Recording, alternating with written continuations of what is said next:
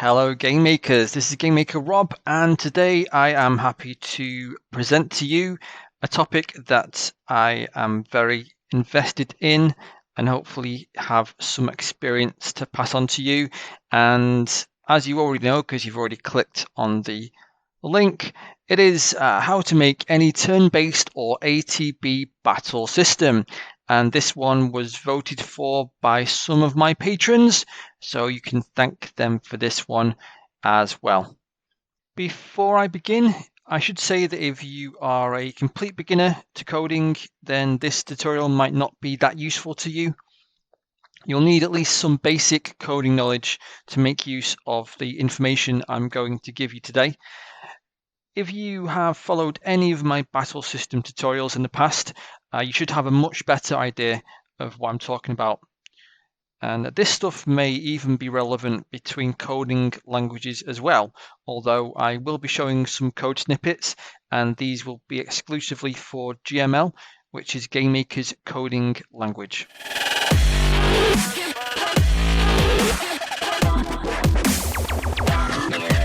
Okay, so I have managed to whittle down my battle systems to kind of five main aspects.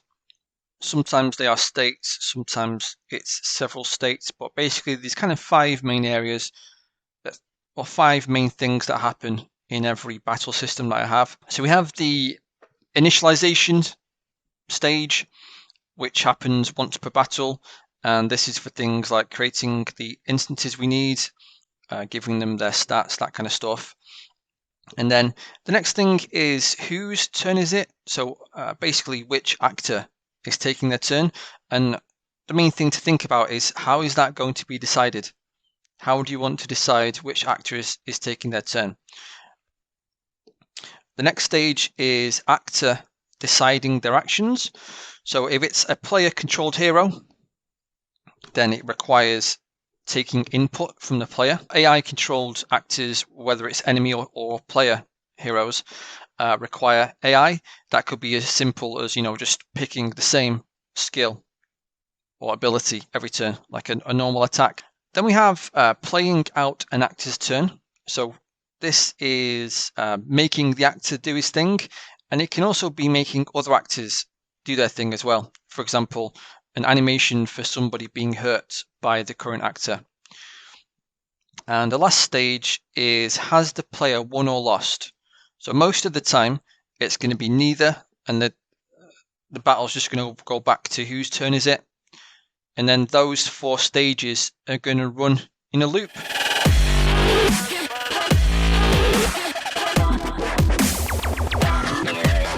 The big question is, how are you going to structure this battle system to make it work in the exact order that you want it to? And the answer is a state system is really useful for this. So in the create event of a battle object, I usually have something like this, an enumerator with some states in it, and then we have a state for when it's not being used. You don't have to have all of these states. Sometimes you want less, sometimes you want more. I think these four states, initialization, get next actor, actor taking turn, and check victory, these four are kind of mandatory for the state system. But for example, when a battle starts, the state is going to get set to init, and then the battle system will be in this init state in the step event. And the things we want to think about here, or the things we want to do, is create instances and give them the data they need, as well as where should they be positioned. We want to set up and or clear data structures. So are we giving stats to these instances from a grid that we use for the stats? Are we giving them variables? Does it depend on something else? And also for the enemies, what enemies are we facing, and how do we get that information? All this stuff needs to be handled within the initialization state. And then once we've set up everything we need for the battle, we're going to go to whose turn it is. So get next actor. So in the get next actor state, the things to think about is how is this going to be determined? Do we want to read from a queue, a DS queue, until it's empty and then fill it over again? But what about if we have an ATB system where we have timer bars? So are we waiting for those bars to fill up? If it's an AI controlled character, they probably want to take their action as soon as their bar is filled up. And if we are filling up bars, do we really want it to happen in any other state, or is this the perfect state for it? For me, this is usually the best state for filling timer bars.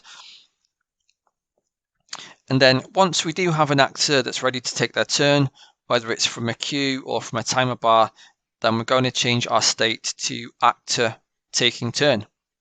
So in this one, the main thing we want to know first of all is this a player controlled actor or not? So we can have a player hero that is not controlled by the player, and he should be using the exact same code as an enemy AI character. There shouldn't be any difference in that. Maybe if the player team has something unique going on, you can account for that, but the vast majority of stuff for AI should be the same, regardless of what team the actor is on. If the hero is player controlled, most of our input stuff is going to go here. So, is a player pressing up or down? Which menu are they on? Have they pressed enter? Are they trying to, are they trying to take their action, like an attack or a spell or use an item? More on that later. Can the player avoid taking this turn? For example, if you have an ATB game like in Final Fantasy and the player hero's bar is lit up and you press OK to take their turn, can you actually cancel that and still have their timer be full, but then go back into the get next actor state? So waiting for more timers, because maybe you want to wait and see what the enemy does first, or maybe you want to take another hero's turn first before you take that actor's turn. If the actor is AI controlled, exactly how are we going to determine what actions they take? So it can just be something simple, like they always do the same action, or do they want to see if they can heal their friends first? Do they have another form they want to take? All that kind of stuff should be decided here. Once that's done, we should then go to the check victory state. So in the check victory state, we want to ask a couple of questions. First of all, are all the monsters dead? Well, then, yeah, it's victory. If it's a victory, do we want to give experience points to the players, gold? Do they get items? That kind of stuff. Are all the heroes dead instead? Well, then they're defeated. So do we want to go back to the title screen? Is there a save point they should be going to? No to both. Well, then we're just going to go back to get next actor and start this whole thing all over again. And that's basically the very simplest of loops that I can get a turn-based battle into.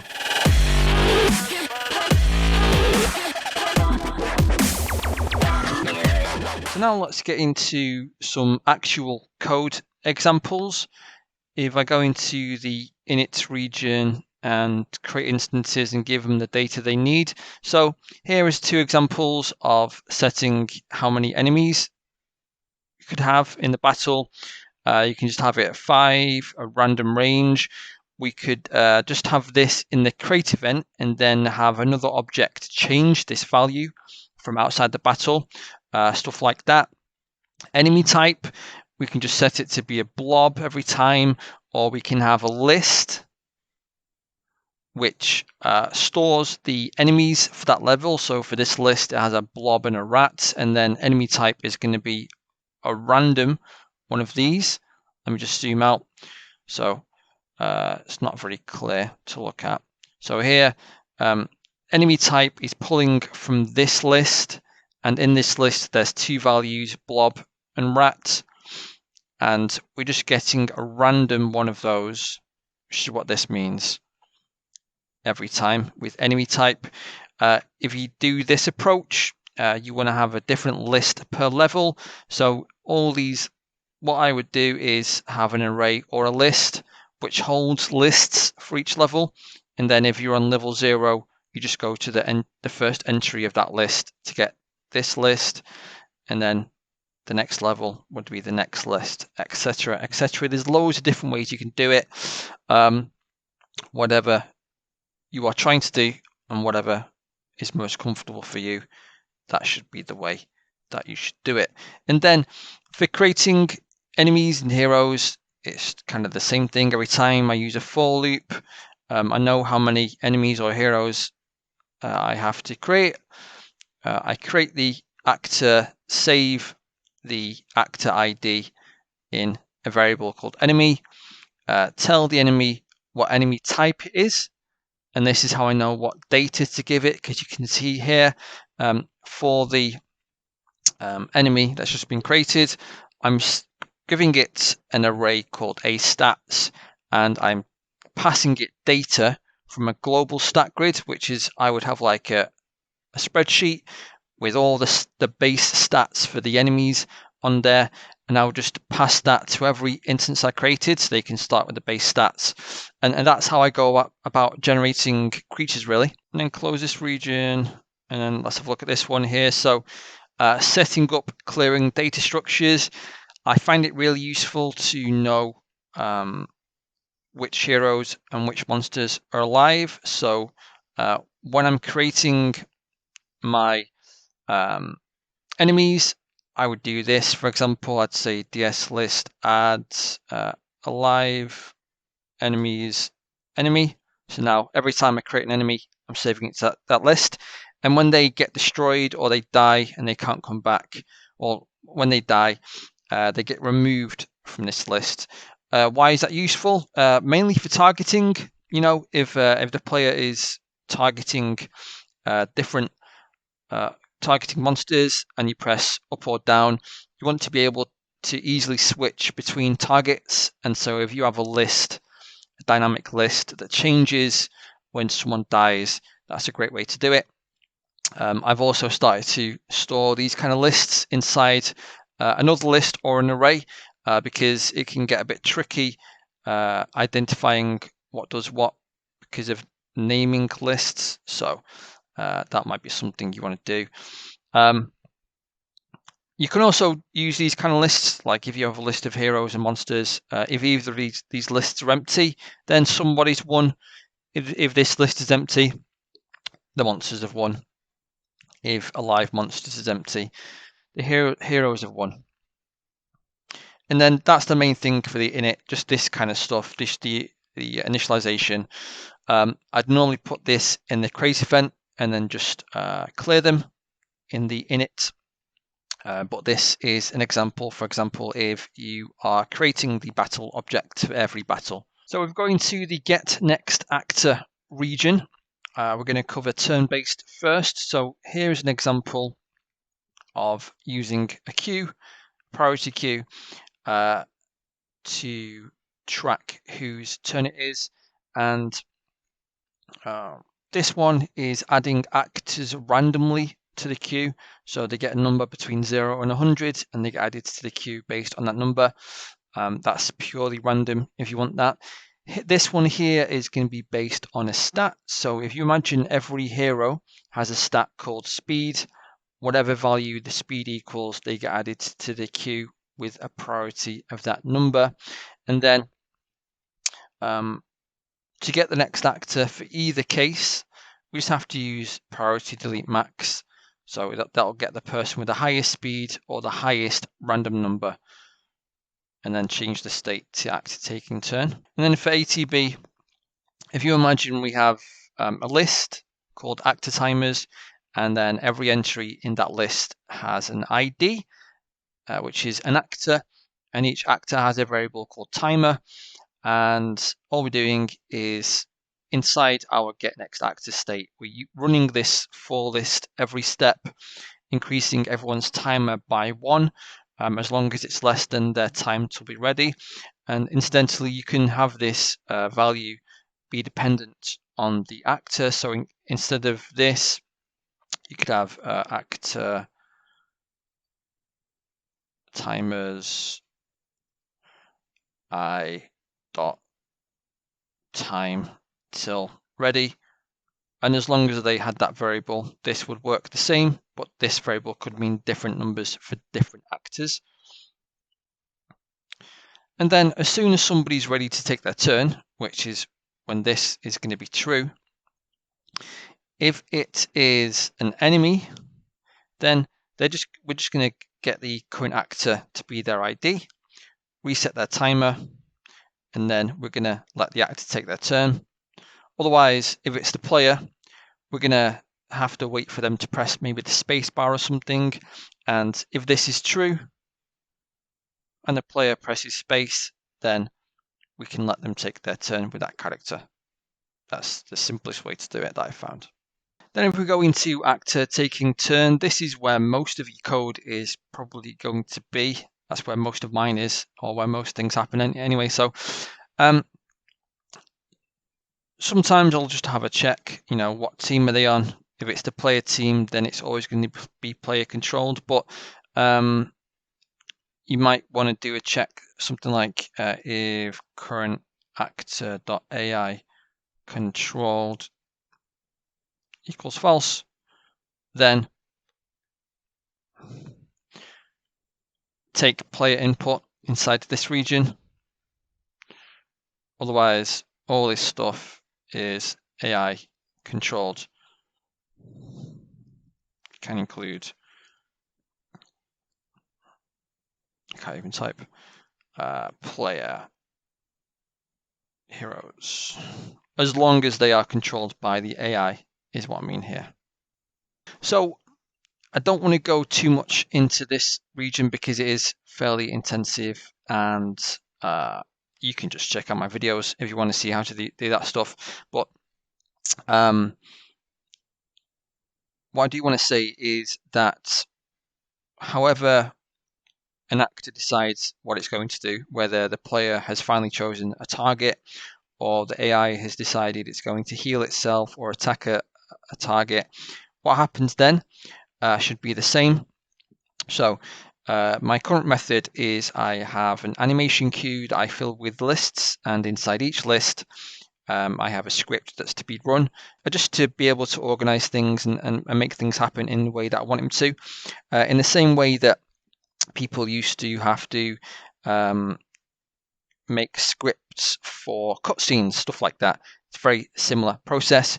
It's just a good way to make things happen in the way that you want them to. So one thing you might stumble on is, when do you actually change the state from actor taking turn to get next actor? And this text kind of explains it really for me, but it just depends entirely on your game. Do you have messages that need to be updated? Are you waiting for player input before the next message can be displayed? Are you using like an animation queue, like I just mentioned then? Just make it easy for yourself, really. The more things in the battle system that you can make work the same for the player-controlled heroes or actors, as well as the AI-controlled actors, the more that everything works the same, the easier it's going to be for you. You don't want to have to worry about, is this the player hero or is this an enemy hero? You don't want to have to worry about different states and booleans. You just want to have it organized as much as you can. If people have lots of questions about this region, this state, then I will make a follow-up video. I didn't want to make this particular video too large though, so I'm going to skip that one for now. And then for victory and defeat, so like I said, if you have two lists, like alive monsters, alive heroes, if either of one of these is empty, this is just a matter of transferring stats from instances to a DS grid or whatever you are storing the permanent stats in that you save between games. Again, a lot of how this stuff works, how you're giving your instances data to begin with, and how exactly you're going to transfer the data back from the battle to your game. Depends on how you're doing things. I'm pretty much done with this video now, but I do want to say, if any of you have any questions or you want advice, let me know. I'm always happy to do that stuff. And that's it. I love to see your games as well. I love to see what people do with my battle system code. But thank you so much for watching. I will catch you next time. Bye for now.